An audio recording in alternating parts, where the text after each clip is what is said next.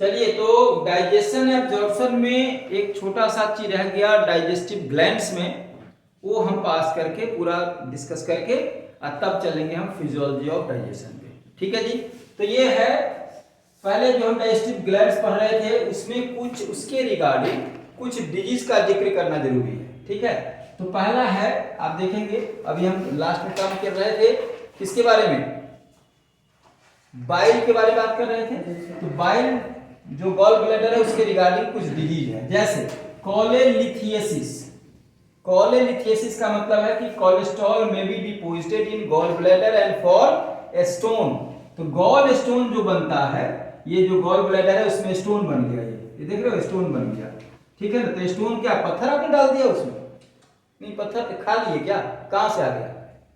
तो कह रहा है कि भाई साहब ये कोलेस्ट्रॉल जो खाया आपने, कोलेस्ट्रॉल क्या है कि लिपिड्स है, तेल भी है, वहीं से बन गया स्टोन।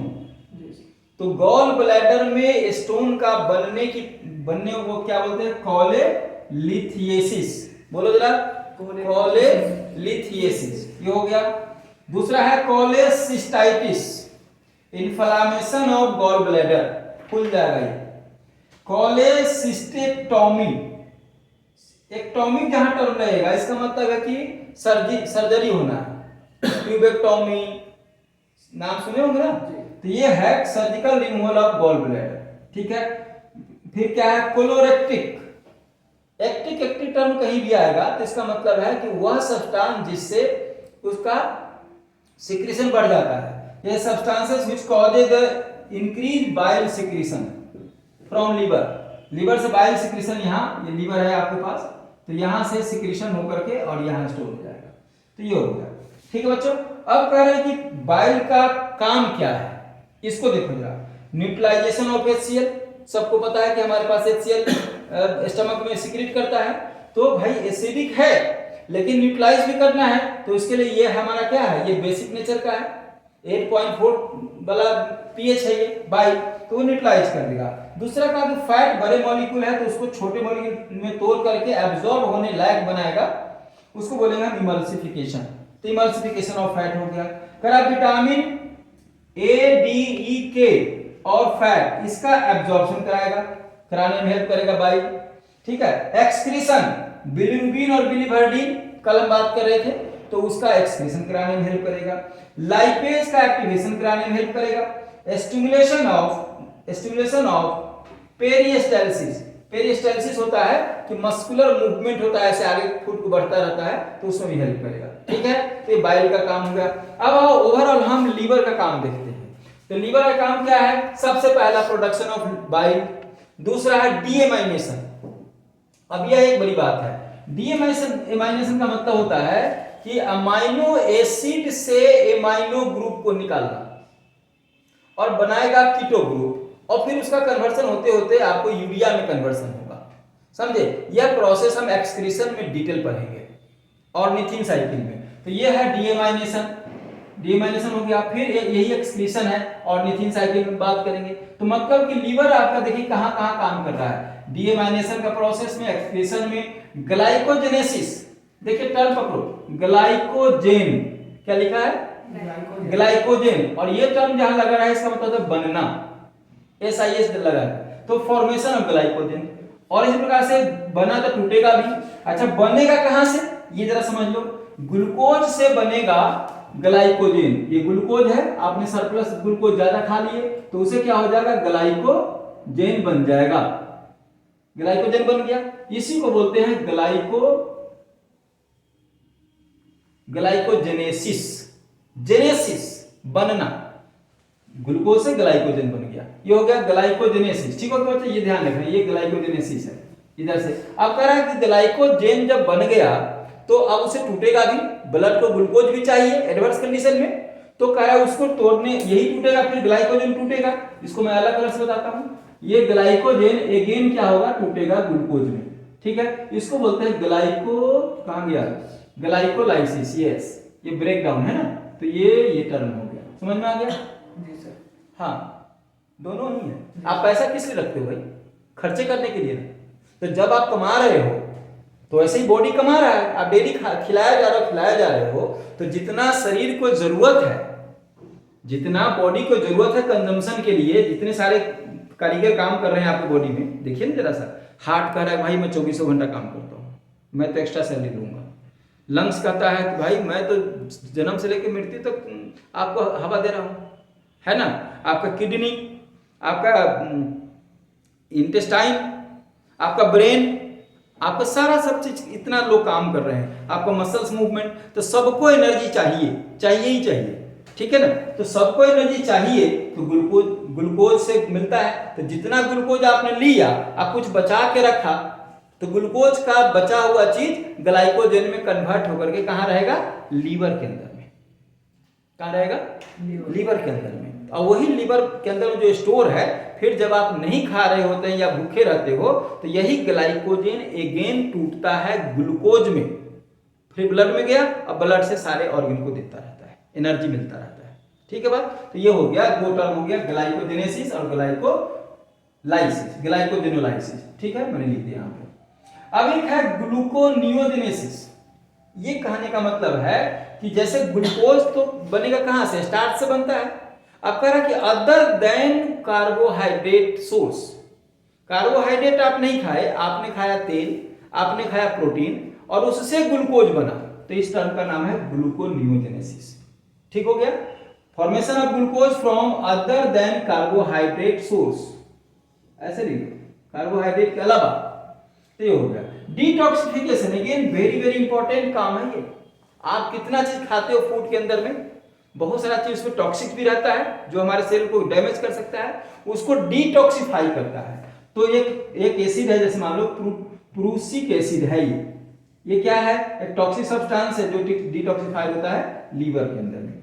अब एक टर्म है हीमोपोएसिस। हीमोपोएसिस का मतलब है ब्लड का बनना, फॉर्मेशन ऑफ ब्लड। तो फॉर्मेशन ऑफ ब्लड लीवर में भी होता है, लेकिन कब, सेकेंड ट्राइमेस्टर में। भैया 3 ट्राइमेस्टर है, जो गेस्टेशन पीरियड है ह्यूमन का, वो 9 महीने का है। 9 महीने को आप 3 भाग में बांटोगे, 3-3 महीने का एक काल हुआ, तो एक जो 3 महीने का है उसको हम ट्राइमेस्टर बोलते हैं। 6 महीने को सेमेस्टर बोलते हैं, पढ़ते हो ना कि सेमेस्टर, सेमेस्टर का मतलब 6 मंथ का जो पीरियड का जो सिलेबस कंप्लीट करने का जो है, उसको सेमेस्टर वाइज बोलते हैं। तो 3 महीने को क्या बोलते हैं, ट्राइमेस्टर। तो पहला 3 महीना और फिर दूसरा 3 महीना, दूसरा सेकेंड ट्राइमेस्टर में जो ब्लड बनता है बच्चे के अंदर एम्ब्रियोनिक कंडीशन में, वह बनता है लीवर के अंदर। क्लियर बात हुआ। तो 2-3 चीजें यहां समझ में आई कि लीवर में भी ब्लड का फॉर्मेशन होता है एम्ब्रियोनिक स्टेज में, और वो भी सेकेंड ट्राइमेस्टर में। क्लियर हो गया जी। सिंथेसिस ऑफ ब्लड प्रोटीन, जो क्लॉटिंग के लिए रिस्पॉन्सिबल है, वो है फाइब्रिनोजेन। तो फाइब्रिनोजेन से फाइब्रिन बनता है, तो फाइब्रिनोजेन का फॉर्मेशन होता है लीवर के अंदर में। सिक्रीशन ऑफ हेपेरिन, एंटीकोगुलेंट, ये ब्लड को क्लॉट कराने वाला और ये क्लॉट को अगेंस्ट करने वाला, एंटी कोएगुलेशन है कि नहीं। हेपेरिन क्या है, एंटीकोगुलेंट है ना, नेचुरल एंटीकोगुलेंट है। हमारे धमनियों में, शिराओं में, हमारे ब्लड वेसल्स में ये फ्लो करता है। इस पर तो हम लोग कितनी बार बात कर चुके हैं, टिश्यू में भी पढ़ चुके थे कि ये हेपेरिन क्या है, एंटीकोगुलेंट है। तो देखो ये एंटीकोगुलेंट भी निर्माण करता है और क्लॉट करने वाला फाइब्रिनोजेन भी निर्माण करता है। कितना खतरनाक है लीवर, आसान काम नहीं। देखो सब चीज ये बनाता भी है, ये तोड़ने वाला भी है। ग्लाइकोजेन को बनाता भी है और ग्लाइकोजेन को तोड़ता भी है। तो इसलिए लीवर बहुत बहुत इंपॉर्टेंट मतलब ग्लैंड्स है ये। सिक्रेशन ऑफ हेपेरिन हो गया, लिम्फ का फॉर्मेशन करता है, ब्लड का ही छोटा भाई लिम्फ होता है। Synthesis of vitamin A from beta carotene. आप जो गाजर मूली खाते हो, कहते हो कि इसे खाओ विटामिन ए मिलता है, अरे विटामिन ए नहीं मिलता, वहां बीटा कैरोटीन मिलता है, और बीटा कैरोटीन का प्रोसेसिंग लीवर में होकर के विटामिन ए बनेगा। गॉट पॉइंट, ठीक है बच्चे। अब ये लास्ट में है कि डिस्ट्रक्शन ऑफ आरबीसी भी यही कराता है, ठीक है बच्चों। तो इतनी बातें जो हमने आपको बताया, ये सारी बातें हमने बताया आपको डाइजेस्टिव ग्लैंड्स के रिगार्डिंग, ठीक है। अब हम डाइजेशन का दोनों चीज पढ़ ली, मशीनरी का पार्ट पढ़ लिया, एलिमेंट्री कैनाल पूरा माउथ से लेकर एनस तक। अब डाइजेस्टिव ग्लैंड पढ़ लिया, salivary gland, gastric gland, intestinal gland, pancreas, liver, सब चीज पढ़ लिया, पांचों ग्लैंड पढ़ लिया। तो ग्लैंड भी पढ़ लिया, मतलब कि एंजाइम हार्मोन कहां से निकलेगा वो सब का पार्ट हो गया, मशीनरी का पार्ट हो गया। अब कहा कि ये प्रोसेसिंग होता कैसे है, ठीक है। अभी मानसी ने मान लो कि चावल लेके आ गए, ये साहब घी वो दूध लेके आ गए, है ना, शिवम लेके आ गई उधर से बड़ा साहब चावल उवल सब लेके आ गई। भाई चावल आ गया, दूध आ गया, चीनी आ गया, बनेगा कैसे, व्हाट इज द प्रोसेस, है ना। पहले तुम चीनी डाल दो, नहीं क्या करोगे, पहले खीर बनाना है तो क्या करोगे, पहले चीनी डालोगे, पहले दूध डालोगे ना, फिर चावल डालोगे, फिर बॉयल थोड़ा होगा तो लास्ट में चीनी डालोगे। तो कह रहा है कि हमारी मशीनरी का पार्ट मिल गया। सुनो जी बच्चों, मशीनरी हमारा है एलिमेंट्री का नाम, फूड डाला, ठीक, फूड के बारे में भी बात कर चुके हैं, कार्बोहाइड्रेट, प्रोटीन, लिपिड्स, ये सब फूड है, न्यूट्रिएंट्स है। अब कह रहा कि हमारा डाइजेस्टिव ग्लैंड्स मिल गया, जहां से एंजाइम हार्मोन सिक्रेट करेगा, इसका डिस्कशन हो गया। अब कह रहा कि भैया डाइजेशन होगा कैसे, ये तो बताओ। अब हम नेक्स्ट और वेरी इंपॉर्टेंट जो पोर्शन है इसको बोलते हैं फिजियोलॉजी ऑफ डाइजेशन या डाइजेशन ऑफ फूड।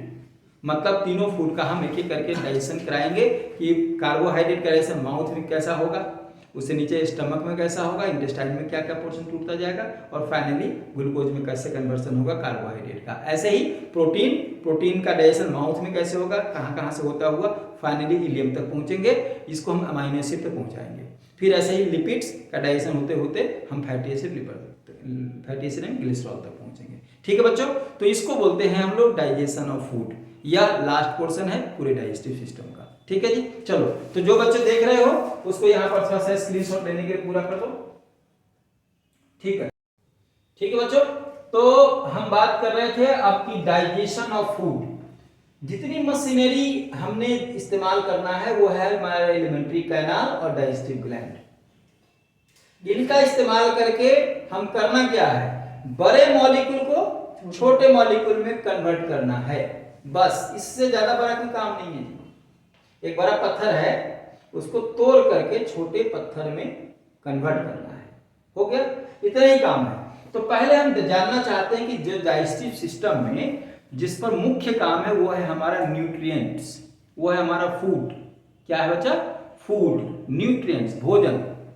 तो भोजन के सोर्स अलग अलग होंगे, आलू है, चावल है, गेहूं है, तेल है, सब्जी है, ये सब सोर्स है, समझे। उसके अंदर में है हमारा न्यूट्रिएंट्स। चावल के अंदर में कार्बोहाइड्रेट है, दाल के अंदर में प्रोटीन है, सरसों के अंदर में तेल है, घी के अंदर में तेल है, बात समझे ना। तो हम मुख्य रूप से, वैसे बैलेंस डाइट के 6 कंपोनेंट है, दुनिया को सबको पता है, बैलेंस डाइट में 6 कंपोनेंट है। मेन कंपोनेंट क्या है, प्रोटीन है, कार्बोहाइड्रेट है, फैट्स है, मिनरल्स है, विटामिन है, वाटर है ना जी। इसमें से जो आपको मुख्य है, जो जिसके लिए डाइजेशन की जरूरत है, वो है 3, कार्बोहाइड्रेट, प्रोटीन और लिपिड्स। और उसकी मशीनरी हमारे पास है माउथ, स्टमक, इंटेस्टाइन, और उस पर काम करने वाला एंजाइम्स। ठीक हो गया, तो आइए हम 1 बाय 1 करके देखते हैं। तो सबसे पहले हम एक चीज बता दें कि फूड से कितना एनर्जी हमको मिलेगा। सपोज करो कि 1 ग्राम हमने कार्बोहाइड्रेट खाया, या 1 ग्राम प्रोटीन खाया, या 1 ग्राम लिपिड्स खाए, तो कितना एनर्जी हमारे सेल को मौजूद मिलेगा। ठीक है ना। तो यहां पर हमने एक डेटा लिखा हुआ है जिसका नाम है, ये इधर में न्यूट्रिएंट्स और इधर में ग्रॉस कैलोरी वैल्यू, और यहां पर फिजियोलॉजिकल वैल्यू है किलो कैलोरी पर ग्राम। मतलब 1 ग्राम कार्बोहाइड्रेट को, चाहे फैट को या प्रोटीन को आप बर्न करते हो आउटसाइड द बॉडी, समझे, आउटसाइड द बॉडी, तब उसको बोलेंगे कैलोरिक वैल्यू। और अगर हमारे लिविंग सिस्टम में अगर जलता है वही 1 ग्राम और उसका कंजम्पशन होता है तो उसको बोलते हैं फिजियोलॉजिकल वैल्यू। ठीक है, कितना, 1 ग्राम चावल को अगर हम जलाते हैं तो हमारा कैलोरी वैल्यू मिलता है 4.1 किलो कैलोरी पर ग्राम, और यही इसका फिजियोलॉजिकल वैल्यू 4.0 किलो कैलोरी पर ग्राम। फैट को जलाते हैं तो 9.45 किलो कैलोरी पर ग्राम और 9.0 किलो कैलोरी पर ग्राम। यहां अगर कंपेरिजन किया जाए कि भाई चावल खाने से ज्यादा एनर्जी मिलता है कि तेल घी खाने से मिलता है, बताओ। तेल घी देखो ना, नाइन कहाँ, ये 4 दुगुना के लगभग अंतर है ये। और प्रोटीन खाते हैं तो कितना मिलता है 5.65 किलो कैलोरी पर ग्राम, और यहाँ पर 4.0 किलो कैलोरी पर ग्राम। इतनी बात क्लियर होगी। अब कहा कि इन्हीं तीनों का डाइजेशन होना है, कार्बोहाइड्रेट, प्रोटीन और फैट का। तो हम 1 बाय 1 करके चलते हैं। पहला है डाइजेशन ऑफ कार्बोहाइड्रेट, ध्यान दोगे यहाँ पर डाइजेशन ऑफ कार्बोहाइड्रेट। देखो डाइजेशन ऑफ कार्बोहाइड्रेट स्टार्ट होता है माउथ से। तो पहले माउथ में क्या होगा कि पॉलीसैकेराइड हमारा है स्टार्च। स्टार्च क्या है बेटा, पॉलीसैकेराइड है ये, पॉलीसैकेराइड। अब पॉलीसैकेराइड क्या है, मोनोसैकेराइड क्या है, डाइसैकेराइड क्या है, यह हम जब बायोमोलिक्यूल का चैप्टर बताएंगे तो वहां डिटेल करेंगे। तो इसमें क्या है, स्टार्च जो है इस पर एक एंजाइम है अल्फा एमाइलेज, इसके पीएच है 6.8 पे काम करेगा और तोड़ेगा माल्टोज, आइसोमाल्टोज और अल्फा डेक्सट्रीन, जो कि क्या है ये डाइसैकेराइड है। समझे ना, डाइजेशन का मतलब ये नहीं हुआ कि भाई कि स्टार्च से डायरेक्ट ग्लूकोज बन जाएगा, जी नहीं। स्टार्च से पहले डाइसैकेराइड बनेगा, फिर डाइसैकेराइड से मोनोसैकेराइड ग्लूकोज में टूटेगा। इसलिए यहां से माउथ से शुरू हुआ, फिर टूट करके स्टमक में आएगा। स्टमक में किसी प्रकार का कोई डाइजेशन कार्बोहाइड्रेट का नहीं होता है। No digestion in stomach of carbohydrate, carbohydrate का किसी प्रकार का डाइजेशन स्टमक के अंदर में नहीं होता है, क्योंकि एंजाइम ही नहीं है। अब यहाँ जो माल्टोज बन गया, आइसोमाल्टोज डेक्सट्रीन बना, यह आगे चल करके आपको इंटेस्टाइन में डाइजेशन इसका फिर से होगा, इसके आगे का डाइजेशन। तो पहले हम यहाँ बता दें कि जो ये हमारा है इंटेस्टाइन है, इसके 3 पार्ट है, डिओडेनम, इलियम और जेजुनम। तो डिओडेनम जो पार्ट है इसमें तो डाइजेशन का काम होता है, लेकिन जो इलियम और जेजुनम है इसमें आपको एब्जॉर्प्शन का काम होता है, क्योंकि फाइनल पार्ट है। तो यहां से एब्जॉर्ब होकर कहां जाएगा, ब्लड के अंदर जाएगा। ठीक है, तो मैंने लिख दिया कि duodenum part for digestion and ileum और जेजुनम फॉर एब्जॉर्प्शन। अब आइए, अभी आपका टूट करके माल्टोज, आइसोमाल्टोज, डेक्सट्रीन बन गया। अब इसके आगे की कहानी इंटेस्टाइन में कैसे होता है सो देखो। ये अल्फा डेक्सट्रीन है, यहां पर एंजाइम एक्शन किया अल्फा डेक्सट्रीनेज, और ये 8 मॉलिक्यूल आपको अल्फा ग्लूकोज, सब ग्लूकोज में टूटेगा। मतलब ग्लूकोज क्या है, एक मोनोसैकेराइड है, ये सबसे यूनिट है, ये छोटा है। तो हो गई माल्टोज, आपने देखा तो माल्टेज एक्शन करेगा और 2 molecule alpha D glucose, 2 molecule है अल्फा डी ग्लूकोज का। सुक्रोज, चीनी जिसको बोलते हैं, ये सुक्रेज काम करेगा। अब इस सुक्रोज जो है, चीनी जो गन्ना में पाया जाता है, गन्ना के रस से तैयार होता है, वह आपको अल्फा डी ग्लूकोज तो बनेगा ही, अल्फा डी फ्रक्टोज ही बनेगा, और यह भी दोनों मोनोसैकेराइड है, ये सब मोनोसैकेराइड है। ठीक हो गया। लैक्टोज है, दूध में पाया जाता है, जो दूध में पाया जाने वाला, इसको हम लोग मिल्क शुगर भी बोलते हैं। इसको क्या बोलते हैं, मिल्क शुगर। तो लैक्टोज डाइसैकेराइड है। तो डाइसैकेराइड है, इसका क्या मतलब हुआ कि इसमें 2 छोटे मॉलिक्यूल है। तो 2 छोटा मॉलिक्यूल कौन है, एक है बीटा डी ग्लूकोज और एक है बीटा डी गैलेक्टोज। ठीक हो गया। अब आइसोमाल्टोज, फिर आइसोमाल्टेज, तो 2 molecule of alpha D glucose. ठीक है बच्चों, तो यहां पर अब देखो ग्लूकोज आ गया, मतलब क्या हुआ कि मोनोसैकेराइड आ गया, और मोनोसैकेराइड क्या है, एक यूनिट है, पूरे कार्बोहाइड्रेट इसी से मिलकर बना हुआ है। तो हमारा कार्बोहाइड्रेट का फाइनल प्रोडक्ट मिल गया, जो हमारे शरीर को चाहिए, जो सेल को चाहिए। सेल को क्या चाहिए, ग्लूकोज। हर एक ऑर्गन में ग्लूकोज भ्रमण करके दे देगा। फिर ग्लूकोज से पायरुविक एसिड, फिर वहां से क्रेब साइकिल में जाएगा, फिर एटीपी बनेगा। तो फाइनल जो काम करना है वो एनर्जी मिलने का मतलब है एटीपी मिलना। ये अभी आधे रास्ते पे है। आधे रास्ते का मतलब हुआ कि स्टार्च जो है, स्टार्च से ग्लूकोज बनकर के तैयार हो गया।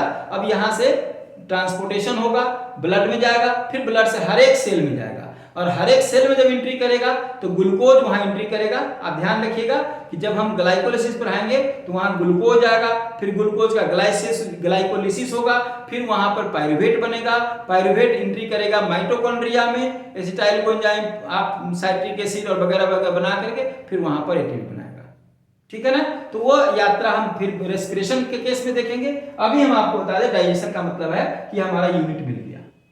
क्लियर बात हो गई? जी सर। चलिए अब नेक्स्ट जो हमारा जो फूड है वो है प्रोटीन। तो प्रोटीन का डाइजेशन माउथ में, देखिए माउथ में किसी प्रकार का कोई डाइजेशन नहीं होता है, लेकिन जो जर्मिनेटिंग फूड आप खाते हो जैसे चना, अंकुरित चना है, अंकुरित अनाज कोई भी लेते हो तो उसका सिर्फ डीनेचुरेशन होता है। डीनेचुरेशन का मतलब है कि थोड़ा सा तोड़ देना, उसको सॉफ्ट कर देना, तोड़ देना, वहां पर कोई एक्शन एंजाइम का नहीं है, ठीक है। तो यहां पर ये होगा माउथ में।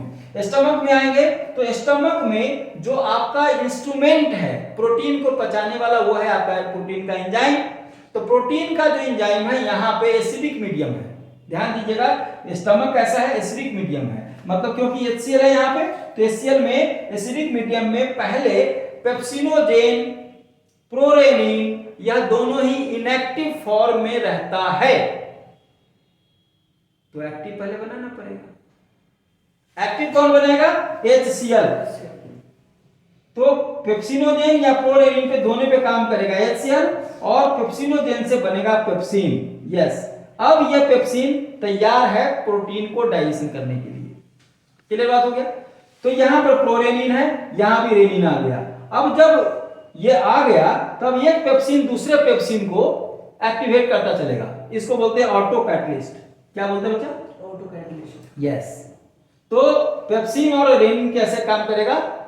ऑटो कैटलिस्ट के रूप में काम करेगा, ठीक है। अब हम एक आपको बताते हैं कि ये प्रोटीन है। अब प्रोटीन क्या है जरा समझ लो इसको। प्रोटीन असल में अमाइनो एसिड का लंबा चेन है। ये क्या है? अमाइनो एसिड है। ये सपोज करिए कि अमाइनो एसिड है, समझे ना? तो ये लंबा चेन है अमाइनो एसिड का, और ये पेप्टाइड बॉन्ड है। ये क्या नाम है? पेप्टाइड बॉन्ड है। तो इसी बॉन्ड को तोड़ेगा ये। अब तोड़ेगा तो जैसे मान लो कि हम लंबा चेन है 200 का, ये लंबा चेन है ये अमाइनो एसिड का, तो 200 से सीधे अमाइनो एसिड तो नहीं निकल जाएगा, एक 4-5 का ग्रुप बनेगा, इसी को बोलते हैं पेप्टोन्स। क्या बोलते हैं? पेप्टोन्स। जैसे वहां आपने डाइसैकाराइड देखा, जी सर, कार्बोहाइड्रेट में डाइसैकाराइड देखा, वैसे यहाँ पेप्टोन्स है, प्रोटीओजेज है और पॉलीपेप्टाइड्स है, ठीक है। अब इसके आगे ही कहानी पेप्टोन, प्रोटीओजेज, पॉलीपेप्टाइड से जब हम अभी कहां हैं? अभी स्टमक में है, तो स्टमक में और आगे बढ़ेंगे इंटेस्टाइन में, तो इंटेस्टाइन में फाइनली ये पेप्टोन्स और प्रोटीओजेज जाकर के फ्री होगा अमाइनो एसिड में। इसको आगे कहानी देखते हैं। चलो इसको लिख लो जल्दी से। तो देखो अभी हम जो प्रोटीन का कर रहे थे अभी डाइजेशन, तो उसमें आपको ट्रिप्सिनोजेन से इसमें था इसमें केसिन प्रोटीन था। तो केसिन प्रोटीन पर रेनिन काम किया तो पैराकेसिन बना। पैराकेसिन पर कैल्शियम एक्शन करेगा तो बना देगा कैल्शियम पैराकेसिनेट। अब यह कैल्शियम पैराकेसिनेट जो हुआ, यह अब ये एबुल है आपके, मतलब इस पर अब एक्शन करेगा कौन? पेप्सिन काम करेगा, जी सर, समझे? मतलब यह जो प्रोटीन का पार्ट बन के आया जैसे केसिन प्रोटीन है ना, ये असल में प्रोटीन यहाँ ये है, दूध का प्रोटीन है, ये मिल्क प्रोटीन बोलते हैं इसको। तो ये मिल्क प्रोटीन का डाइजेशन कैसे होता है? पेप्टोन्स प्रोटीओजेज में। तो कह रहा है इसके लिए आपको पहले तो रेनिन का इस्तेमाल होगा। किसका इस्तेमाल होगा? रेनिन। रेनिन। तो रेनिन इसको कन्वर्ट करेगा पैराकेसिन में। समझते चलना इसको। जी सर। सिंपल प्रोटीन का पाचन अलग है, दूध प्रोटीन का पाचन अलग है। तो पहले दूध प्रोटीन में रेनिन का एक्शन होगा, ये एंजाइम है रेनिन जो कि प्रोरेनिन से बन के आया था। अब यह पैराकेसिन हो गया, पैराकेसिन पर कैल्शियम एक्शन करेगा। ध्यान दीजिएगा, पूछे कौन सा मिनरल्स, तो कैल्शियम। अब ये बना दिया कैल्शियम पैराकेसिनेट। अब इस कैल्शियम पैराकेसिनेट पे एक्शन करेगा पेप्सिन। देखिए यहाँ दोनों एंजाइम का रोल है, रेनिन का भी और पेप्सिन का। अब ये बना दिया पेप्टोन्स एंड प्रोटीन्स, ठीक है। तो इतना कहानी तो हो गया आपके इधर स्टमक में। अब प्रोटीन पचते पचते बनकर के आ गया, हम देख रहे हैं खाली पेप्टोन्स और प्रोटीओजेज आ रहा है, ठीक है ना। यह ओलिगोपेप्टाइड्स है। ये क्या है बच्चा? ओलिगोपेप्टाइड्स बोलते हैं। जब बायोमोलिक्यूल पढ़ोगे ना तो समझ में आएगा कि ओलिगोपेप्टाइड क्या है। ओलिगोपेप्टाइड्स है मतलब ये हुआ कि इसमें 1 2 3 4 इस तरह से बहुत सारा अमाइनो एसिड है। ये अमाइनो एसिड का श्रृंखला है, ठीक है ना। तो यहां तक हो गया। अब देखो, अब इंटेस्टाइन की बात है, ध्यान दीजिएगा जी। इंटेस्टाइन में हमारे प्रोटीन को पचाने के लिए 2 जगह से एंजाइम आएगा। एक आपके पैनक्रियाज से, पैनक्रियाटिक, दूसरा आएगा आपके सक्कस इंटेरिकस से। तो हम 1 by 1 सक्कस इंटेरिकस का क्या रोल है और जो आपका पेनक्रियाज से आ रहा है उसका क्या रोल है। तो पहला हमने लिखा पेनक्रियाटिक जूस से जो आया। अब देखिए पेनक्रियाटिक जूस का जो काम है, जो इसमें प्रोटीन को डाइजेस्ट करने वाला एंजाइम है वो है ट्रिप्सिनोजेन। अब ट्रिप्सिनोजेन काम करेगा अल्कलाइन मीडियम पे। ट्रिप्सिनोजेन पहले तो इनएक्टिव होता है, इसको एक्टिव कौन करेगा, इंटेरोकाइनेज, और यह म्यूकोसा से सिक्रीट होता है। तो पहले ट्रिप्सिन में बदल दिया, ठीक हो गया।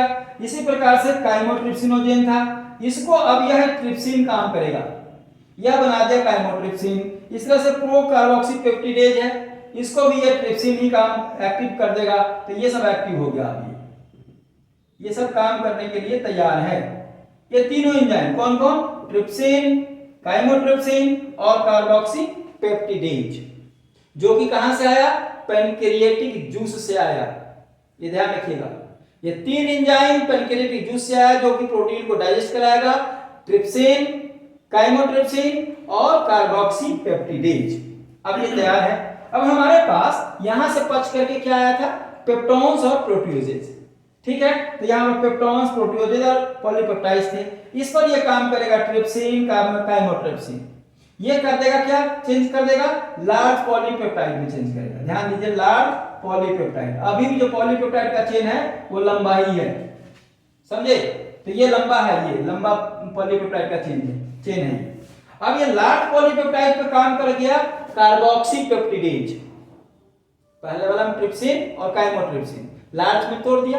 अब यह कार्बोक्सीपेप्टिडेज, यह तो चेंज किया, इसको तोड़ करके डाइपेप्टाइड्स आ गए हम रास्ते पर। डाइपेप्टाइड्स का मतलब दो अमीनो एसिड बना, देखो। अब फिर एक जगह अमीनो एसिड भी फ्री हो गया, तो ये अमीनो एसिड फ्री हो गया। ये तो हो गया हमारा प्रोटीन का डाइजेस्टिव प्रोडक्ट क्या है, अमीनो एसिड है, मिल गया हमें। अब ये डाइपेप्टाइड है, ये भी टूट जाएगा, अमीनो एसिड है। कैसे, ये देखो। अब कह रहा है कि यहां पर देखो, जो सक्कस इंटेरिकस का पार्ट है, यह बात करें इंटेस्टाइन में कैसे प्रोटीन का डाइजेशन होता है, ठीक है। तो सक्कस इंटेरिकस से लार्ज पेप्टाइड आया था, मतलब ये हुआ, ये लंबा सा चेन है हमारा अमीनो एसिड का। ये सब अमीनो एसिड्स है, बार बार बोल रहा हूं अमीनो एसिड का है, ठीक है। तो ये अमीनो पेप्टिडेज तोड़ेगा तो डाइपेप्टाइड बन गया, फिर से दो अमीनो एसिड, ये अमीनो एसिड है कि नहीं। अब ये तो बिल्कुल फ्री हो गया अमीनो एसिड, ये अमीनो एसिड हो गया हमारा। तो हो गया डाइजेस्टिव का, प्रोटीन का डाइजेस्टिव प्रोडक्ट क्या है, अमीनो एसिड, हमें यहां मिल गया। अब ये जो डाइपेप्टाइड रह गया, तो यहां भी डाइपेप्टिडेज करके फाइनली हमारा अमीनो एसिड यहां चेन फ्री हो गया, ये अमीनो एसिड मिल गया। अमीनो एसिड कैसा होता है, जरा देखो, बार बार अमीनो एसिड कर रहे हो। तो ये अमीनो एसिड है और ये H है और ये NH2 है और ये आपका R है, ठीक है। तो this is amino acid, amino acid. अभी हम इसका डिटेल जब बायोमोलिक्यूल का चैप्टर पढ़ेंगे तो वहां करेंगे अभी, ठीक है। तो ये है अमीनो एसिड हमारा। तो amino acid product of protein के डाइजेशन। दाल, चिकन, मटन, मछली जितना भी खाते हो ना, उस सब का जो फाइनल जो प्रोडक्ट मिलता है हम खाते हैं इसीलिए कि अमीनो एसिड मिले, ठीक है। तो यहां हो गया।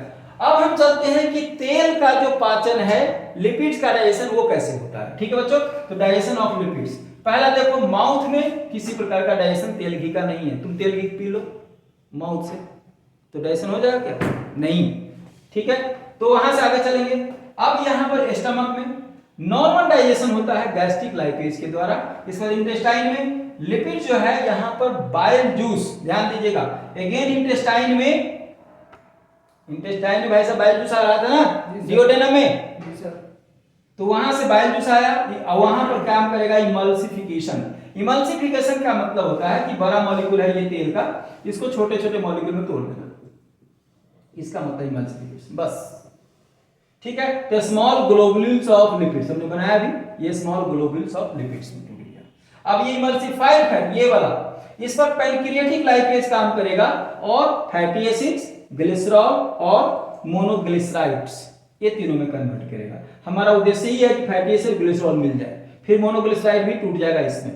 तो देखो, तो ये हो गया हमारा लिपिड्स का पाचन, कंप्लीट हो गया। अब एक है न्यूक्लिक एसिड। तो न्यूक्लिक एसिड का डाइजेशन शुरू होता है डिओडेनम में, पहला पॉइंट। न्यूक्लिक एसिड का डाइजेशन कहां होता है भैया शुरू, डिओडेनम। अच्छा, अब इसमें एंजाइम जो है तीन एंजाइम आपको मिलेगा, डीएनएज, आरएनएज और न्यूक्लियोसाइडेज या न्यूक्लियोटाइडेज। तो डीएनएज और आरएनए जो है वो पैनक्रियाटिक जूस में मिलेगा। कहां मिलेगा? पैनक्रियाटिक जूस में। जबकि सक्कस इंटेरिकस इंटेस्टिनल जूस में आपको मिलेगा न्यूक्लियोसाइडेज या न्यूक्लियोटाइडेज। ठीक है, अब कैसे पाचन होता है सो देखो, ये न्यूक्लिक एसिड है। ठीक है, न्यूक्लिक एसिड जो पहले न्यूक्लियस काम करेगा तो न्यूक्लियोटाइड से बनाएगा। न्यूक्लियोटाइड का मतलब होता है जिसमें सब चीज आता है, पेंटोज शुगर, प्यूरिन, पायरिमिडीन मतलब नाइट्रोजनस बेस और फॉस्फेट, इसको हम बोलते हैं न्यूक्लियोटाइड। मतलब न्यूक्लियोटाइड हमारा मोनोमर है डीएनए और आरएनए का। ठीक है, तो ये हो गया न्यूक्लियोटाइड। अब न्यूक्लियोटाइड पर न्यूक्लियोटाइडेज काम करेगा तो न्यूक्लियोसाइड बन जाएगा और फॉस्फेट अलग कर दिया इसको, ये है फॉस्फेट। ये क्या बचा? फॉस्फेट। तो मतलब ये हुआ कि न्यूक्लियोटाइड से फॉस्फेट को हटा दिया तो न्यूक्लियोसाइड बन गया, ये न्यूक्लियोसाइड बन गया। अब न्यूक्लियोसाइड को तोड़ोगे तो न्यूक्लियोसाइडेज बनेगा, तो पेंटोज शुगर अलग हो गया और फिर यहां पर नाइट्रोजनस बेस जितना भी था, प्यूरिन, पायरिमिडीन अलग हो गया। तो this is all about your digestion of food. ठीक है बच्चों, तो आराम से इसको लिखो और ये डाइजेशन खत्म हुआ। अब हम अगली क्लास में या अभी देखेंगे, टाइम मिलेगा तो हम एब्जॉर्प्शन ऑफ फूड भी कर सकते हैं। ठीक है, चलो ओके बच्चों, तो अभी तक हमने डाइजेशन की पूरी प्रक्रिया देख लिया कि कैसे बड़े मॉलिक्यूल से छोटे मॉलिक्यूल हमारे पास आ चुके हैं। डाइजेस्टेड प्रोडक्ट हमारा आ चुका है कार्बोहाइड्रेट का, जैसे स्टार्च से ग्लूकोज आ गया, फैटी एसिड्स लिपिड से फैटी एसिड ग्लिसरॉल आ गया, प्रोटीन का अमाइनो एसिड बन के आ गया। अब कहा कि ये हमारे माइक्रोविलाई में आ गया, मतलब इलियम के पाला पार्ट में आ गया। अब वहां से कैसे ये ब्लड स्ट्रीम में जाएगा, इसको बोलते हैं एब्जॉर्प्शन। तो अब हम बात किए हैं कि एब्जॉर्प्शन ऑफ डाइजेस्टेड फूड। तो पहले एक एक करके, माउथ में आपको ग्लूकोज, कुछ ड्रग्स, वाटर और मिनरल का एब्जॉर्प्शन हो जाएगा। स्टमक में ग्लूकोज, कुछ ड्रग्स, अल्कोहल, वाटर और मिनरल का एब्जॉर्प्शन हो जाएगा। लार्ज इंटेस्टाइन में वाटर और मिनरल, ड्रग्स का एब्जॉर्प्शन हो जाएगा। लेकिन जो मेन पॉइंट है वो है स्मॉल इंटेस्टाइन, और स्मॉल इंटेस्टाइन में भी जेजुनम और इलियम, यहां पर एब्जॉर्प्शन का पार्ट होगा। तो देखिए 90% ऑफ फूड का जो एब्जॉर्प्शन होगा और जो 90% वाटर का एब्जॉर्प्शन होगा यह आपके स्मॉल इंटेस्टाइन में होगा और जेजुनम और इलियम में होगा। क्लियर बात हुई? कैसे होगा? देखो कार्बोहाइड्रेट का जो पाचक था वो क्या था, ये कार्बोहाइड्रेट में ग्लूकोज था, गैलेक्टोज था, तो इसका, और फिर प्रोटीन में अमाइनो एसिड था, कुछ मिनरल्स ये था। तो कह रहा है ग्लूकोज, गैलेक्टोज और अमाइनो एसिड का जो एब्जॉर्प्शन होगा ये अगेंस्ट द कंसंट्रेशन ग्रेडियंट होगा। अब एक चीज है, अगेंस्ट द कंसंट्रेशन ग्रेडियंट क्या है और अलोंग द कंसंट्रेशन ग्रेडियंट क्या है। ये देखिए ट्रांसपोर्ट के दो मेथड्स है, एक है पैसिव ट्रांसपोर्ट और एक है एक्टिव ट्रांसपोर्ट। जहां एनर्जी का कंजम्पशन होगा वो एक्टिव ट्रांसपोर्ट। एक्टिव ट्रांसपोर्ट का मतलब ये हुआ कि नीचे से ऊपर जाना, जैसे पानी गिर रहा है छत से, तो छत से पानी गिरने में आपका कोई मेहनत नहीं है, यह है पैसिव ट्रांसपोर्ट। इसमें कोई एनर्जी का कंजम्पशन नहीं लगता, कोई एनर्जी लगा करके नहीं करता कि भाई बारिश का पानी आया तो अपने आप गिर जाता है। लेकिन जब पानी नीचे से ऊपर ले जाना पड़ता है तो आपको मोटर का सहारा लेना पड़ता है। दैट मीन्स कि यू रिक्वायर एनर्जी कंजम्पशन। तो एनर्जी की जहां जरूरत पड़ती है ट्रांसपोर्ट के लिए उसको हम एक्टिव ट्रांसपोर्ट बोलते हैं। ठीक हो गया? तो हमारे बॉडी में जैसे गया तो ग्लूकोज नहीं था, अब ग्लूकोज बाहर में ब्लड में ज्यादा है, हमारे कम दे रहे हैं, तो ये अगेंस्ट कंसंट्रेशन ग्रेडियंट जाएगा। समझे कि नहीं? तो अगेंस्ट कंसंट्रेशन ग्रेडियंट का मतलब कम से ज्यादा की तरफ। अगेंस्ट का मतलब क्या हुआ कि लो से हाई की तरफ जाएगा। तो ये कौन कौन, ग्लूकोज, गैलेक्टोज और अमाइनो एसिड का होगा ये। अब अलोंग कंसंट्रेशन ग्रेडियंट ज्यादा से, सोडियम का अमाउंट ज्यादा, इसके बाद कंसंट्रेशन ग्रेडियंट की तरफ जाएगा। फ्रक्टोज मैनोज एक अगेन टर्म है, फैसिलिटेटेड डिफ्यूजन के थ्रू जाएगा। मतलब यहां पर कोई कैरियर प्रोटीन होगा। फैसिलिटेटेड का मतलब क्या होता है, कैरियर प्रोटीन के थ्रू जाएगा। क्लियर? चलिए अब कह रहा है कि अमाइनो एसिड में दो बातें हैं। Most of the amino acid are absorbed by secondary active transport that is against concentration gradient, और some amino acid absorbed by facilitated diffusion that means carrier protein के थ्रू जाएगा। अब जरा सा हम समझते हैं कि ये कैसे कैसे ट्रांसपोर्ट का छोटा सा मीनिंग हम समझाना चाहते हैं आपको।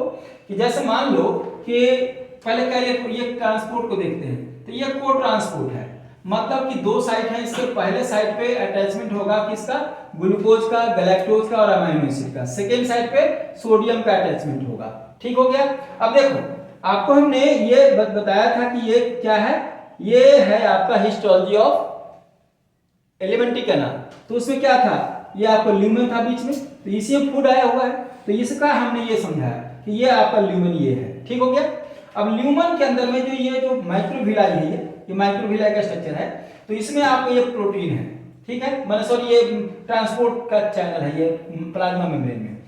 तो यहाँ पर एक सोडियम है और यहाँ पर ग्लूकोज है, तो सोडियम जैसे इधर आएगा वैसे ग्लूकोज फिर ट्रांसपोर्ट होकर ऐसे घूमता रहेगा। ऐसे कैसे होता है, एटीपी पंप है ये, एटीपी पंप जैसे घूमेगा तो क्या होगा कि दो पोटासियम इधर से इधर के लिए तरफ आएगा और फिर उसी समय में आपको सोडियम इधर तरफ आएगा और उसके साथ साथ में ग्लूकोज इधर आएगा और ये ब्लड स्ट्रीम है, दिस इज ब्लड स्ट्रीम। तो यहाँ पर आपका सोडियम, ग्लूकोज ये सब अंदर में चलता चला जाएगा।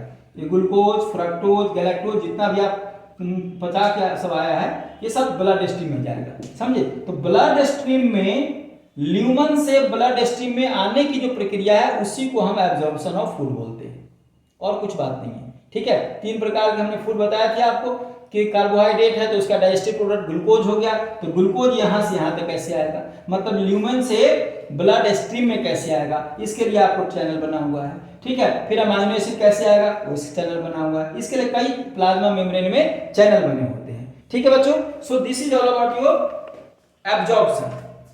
ठीक है, अब आपको एक छोटी सी बातें जो अभी रह गई है वो है कि लिपिड का मामला थोड़ा अलग है। तो लिपिड कैसे इमल्सिफाई करता है हम उसके ऊपर में थोड़ी सी बात कर लेते हैं। आप जरा सा लिख लो इसको। ठीक है, देखो बच्चों, अब कह रहा है कि लोचा क्या है लिपिड के डाइजेशन में। देखो डाइजेशन जो है कैसे होता है, वाटर सोल्यूबल होना चाहिए। क्या होना चाहिए, वाटर सोल्यूबल। अब तेल तो वाटर सोल्यूबल है ही नहीं, तो कैसे होगा भाई। तो कह रहा है भाई साहब तेल नहीं है तो तेल के चारों तरफ हम कवरिंग कर दे वाटर सोल्यूबल का, तेल अंदर पैकेट में हो जाए ऊपर से रहे वाटर सोल्यूबल, समझे ना। तो कह रहा है कि जो लिपिड्स है वो इनसोल्यूबल वाटर में तो डायरेक्टली ये नहीं हो सकता, सो इसका कन्वर्सन होता है या इनकॉर्पोरेट करेगा किसी के साथ जो वाटर सोल्यूबल होगा, समझे, कोई जो वाटर सोल्यूबल एब्जॉर्प्शन के लिए होगा। तो कह रहा है कि पहले तो हम देखते हैं क्या क्या प्रोडक्ट है। प्रोडक्ट में आपको मोनोसैकराइड, फैटी एसिड, ग्लिसरॉल है ये। तो पहला काम जो करता है ये जो डाइजेस्टर प्रोडक्ट है लिपिड्स का, यह इनकॉर्पोरेट करता है एक वाटर सोल्यूबल ड्रॉपलेट के साथ जिसको मिसेल बोलते हैं। क्या बोलते हैं भाई साहब, मिसेल्स। ऐसा बना रहेगा मिसेल्स, आप देखोगे फिगर में ऐसे चारों तरफ से रहता है बना हुआ, इनकॉर्पोरेट करता है ना, इस तरह से ये मिसेल्स बनाते हैं सारे मॉलिक्यूल। अब देखें तो ये मिसल बन गया। अब मिसल में क्या क्या हो गया, फैटी एसिड, मोनोग्लिसराइड, ये सब पैक बन गया है ना। जैसे मान लो कि आप किसी चीज को छुपाना चाहते हो, बोरी में रखना चाहते हो, तो बोरी में रख दो सारे ग्लिसराइड्स को, ऊपर से रख दो वाटर सोल्यूबल चीज, तो वाटर सोल्यूबल हो गया। अब उसके लिए चला गया वो। तो ये क्या क्या है, ग्लिसरॉल है, बाइल सॉल्ट्स है, बाइल एसिड्स है, कॉलिक एसिड है, कोलेस्ट्रॉल, ये सब मिला करके मिसेल्स में वाटर सोल्यूबल है। Micelles are absorbed by microvilli, क्योंकि ये वाटर सोल्यूबल हो गया। ठीक है, अब कह रहा है कि माइक्रोविलाई में होता कैसे, सो सुनो। इन माइक्रोविलाई क्या मौजूद है यहाँ, एंडोप्लाज्मिक रेटिकुलम। अब एंडोप्लाज्मिक रेटिकुलम है, इस मिसेल को कन्वर्ट करता है काइलोमाइक्रोन में। किसमें, काइलोमाइक्रोन में। और chylomicron so that it can be released into lymph. ये कहां पहुंच गया, पहले लिम्फ में पहुंच गया। अब काइलोमाइक्रोन पहुंच गया लिम्फ में, है ना। तो एक्सोसाइटोसिस के द्वारा अब ये लिम्फ वेसल से पहुंच गया, इसको हम पैरासेलुलर स्पेस बोलते हैं। प्रोसेस का नाम है एक्सोसाइटोसिस। किसके थ्रू गया, एक्सोसाइटोसिस। ठीक है, अब लिम्फ वेसल में गया, इसी को हम लैक्टियल बोलते हैं। तो सुनोगे जरा सा, lacteals move into blood streams. ये कहां पहुंच गया, ब्लड में। तो ब्लड में पहुंच गया तो हो गया एब्जॉर्प्शन, और क्या चाहिए, सिंपल तो बात हुई ना जी सर। तो एब्जॉर्प्शन हो गया ये लिपिड्स का। तो इसके साथ बच्चों हमने खत्म किया डाइजेस्टिव सिस्टम का सारे एस्पेक्ट, ठीक है ना। जितने बड़े मॉलिक्यूल से प्रोटीन, कार्बोहाइड्रेट, लिपिड सबको डाइजेशन कराया, डाइजेस्टेड प्रोडक्ट का एब्जॉर्प्शन कराया। ठीक है, अब इसमें एक छोटा सा मिनरल्स और विटामिन का रहता है, तो वो भी हम आपको नेक्स्ट क्लास में करा के देंगे आपको। ठीक है बच्चों, चलो थैंक यू।